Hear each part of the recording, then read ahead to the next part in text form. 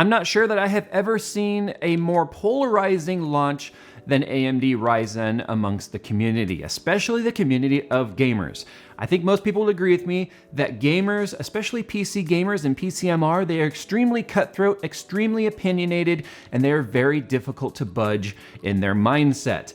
That's what makes Ryzen so difficult with this launch, is because it's something new, it's completely different, it's something AMD has never really even done before.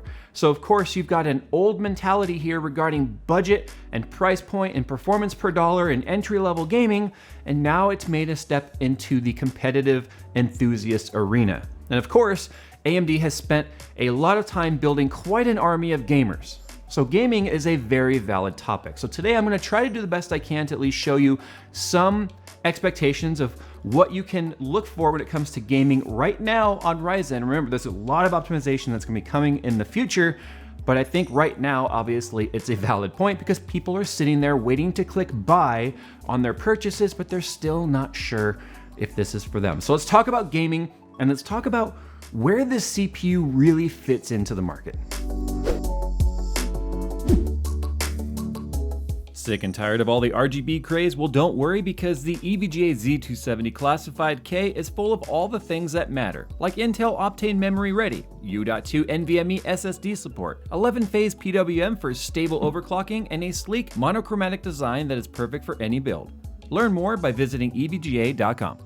But before we can get into some real-time numbers with some real-time data to kind of show you guys just some expectations of what to look forward to when it comes to Ryzen, I've got to change out the coolant. The coolant back there, which some of you said looks like Iron Brew, it looks like an old man's piss, it looks like tea, whatever it might be. It's just distilled water with orange dye in there, which I was using to flush out the loop while I was getting everything up and running. It's all new radiators and stuff. But I'm gonna be putting in now the new formula of Pastel. This is the same formula. It's actually running in Skunkworks right now, although that one's green.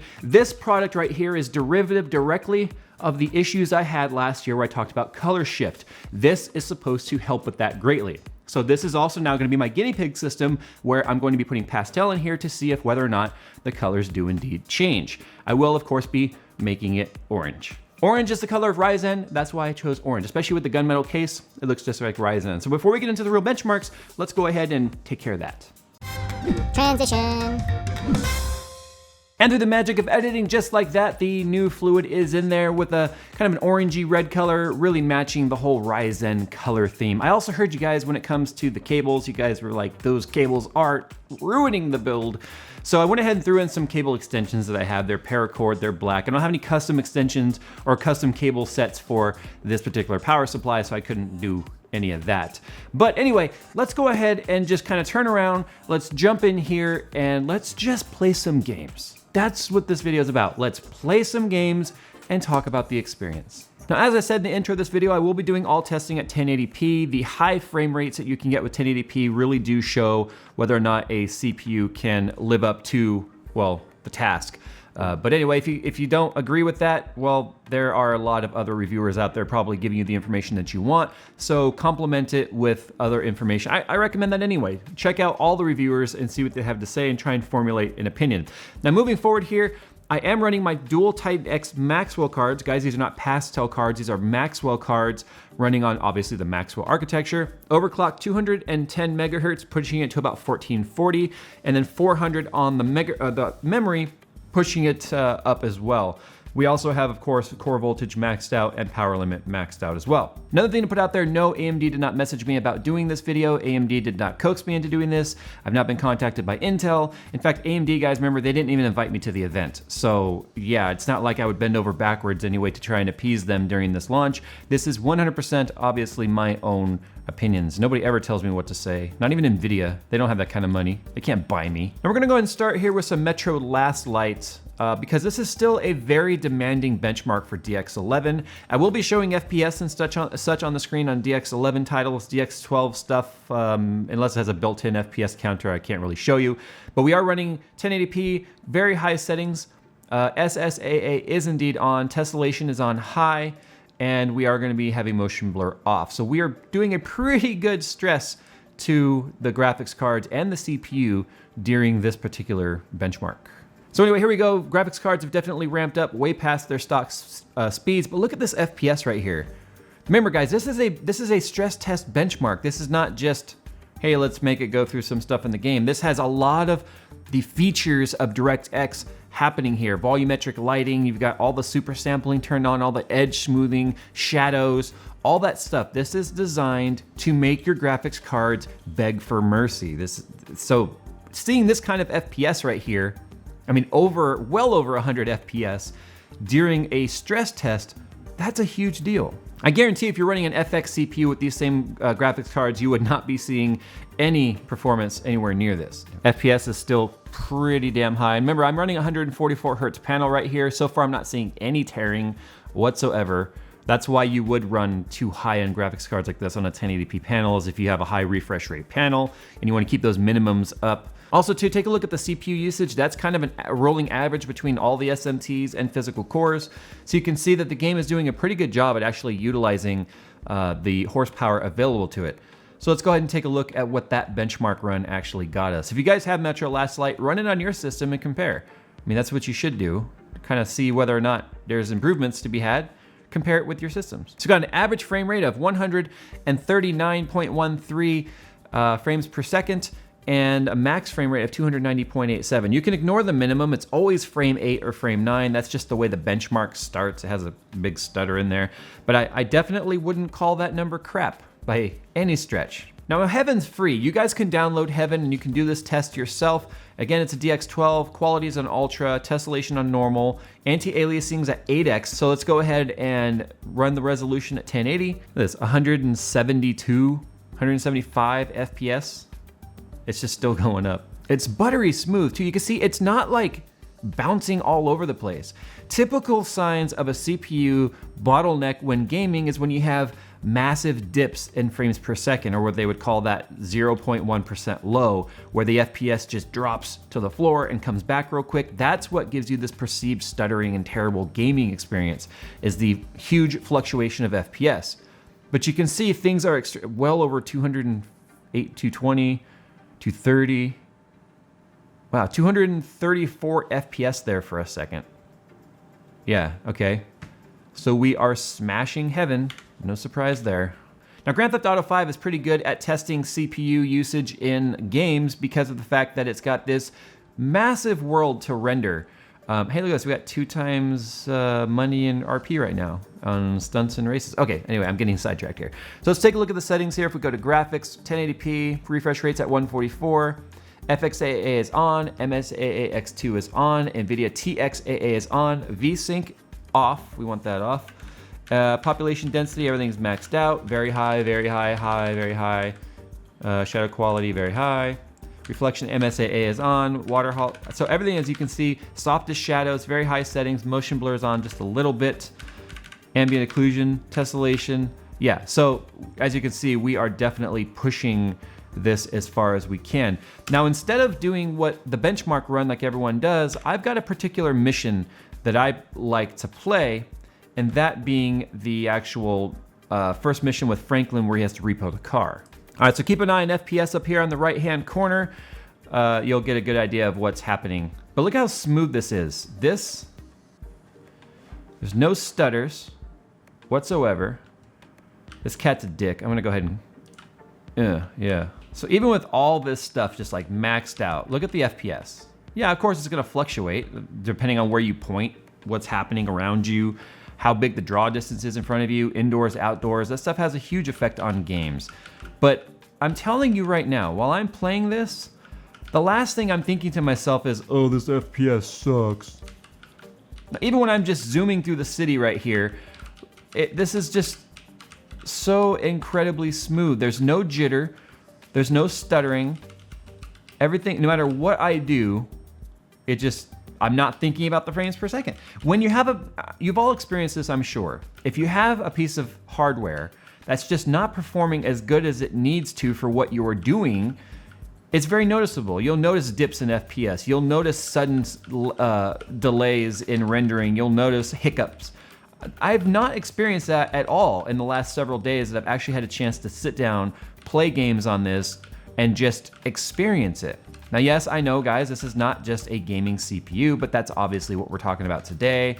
We already know this is a production monster. We already know that this is keeping up with the 5960X, which is essentially the same thing as a 6900K.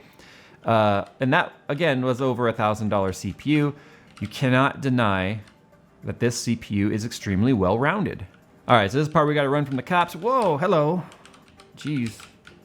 Clearly they have modeled LAPD appropriately. No offense to any LAPD officers maybe in the audience. My cousin's a FTO for LAPD, so yeah, I can say that. I can say that. Like they say in The Matrix, getting on the freeway is suicide when it comes to trying to get away from the cops. Stop mentioning the damn cops. I mean, this right here is a perfect example of just how fast this CPU is actually able to keep up with the world. That, whoa, did he get dizzy? I never realized that before, if he actually gets dizzy like that. Ooh, yes, get there. Get. Oh, he flipped me off. What do you think you're doing? Oh, man. It's the third time this week. What are you looking at? Into the tree. Now, Doom is one of those games that the Vulkan API is just freaking amazing. I'm going to turn vertical sync off. Anti-aliasing is on SMAA. Motion blur is on medium. Field of view is at 90. So yeah, Vulkan, everything's on ultra overall quality. I'm not running any of the nightmare stuff, so you can see the FPS up there in the corner. So let's go ahead and resume this game. I mean, I am absolutely obsessed with Vulkan. I wish we could get more games with Vulkan, man. Everybody would be able to just have ridiculously amazing FPS, if you will. Look at this FPS up here. And I want you to remember, I don't even think that this game is currently even using both graphics cards, is it? No, it's not. What you're seeing right now is one graphics card. This is so smooth. Oh, this big guy. So yeah, I think upwards of 200 FPS in Doom on Ultra is pretty acceptable to me. Now, although what you've seen right here is just a small sampling of some games at 1080p with a couple of high horsepower GPUs in SLI, which I just want to point out too, a lot of people said SLI doesn't work on the 1800X very well. As you can see, it's working just fine, but I digress. A lot of people have taken the results that some reviewers have shown who've had the time to compare it to Kaby Lake and have said that this CPU does not hold up to the single thread or IPCs of something like a 7700K, 7600K, 4770, 4790, stuff like that, whatever. That's fine, because that's true. This CPU is not as powerful in single thread performance. So you're gonna get better gaming performance. By how much really depends on the game. It depends on a lot of factors. Your graphics cards, the clock you're running your graphics card at, the clock you're running your CPUs at. But here's the problem with the proverbial circle jerk that's happening amongst haters right now is the 7700K cannot come anywhere near the 1800X in professional workflow. Now that professional workflow being all kinds of things, virtual machines, editing, programming, live streaming, live rendering, video encoding.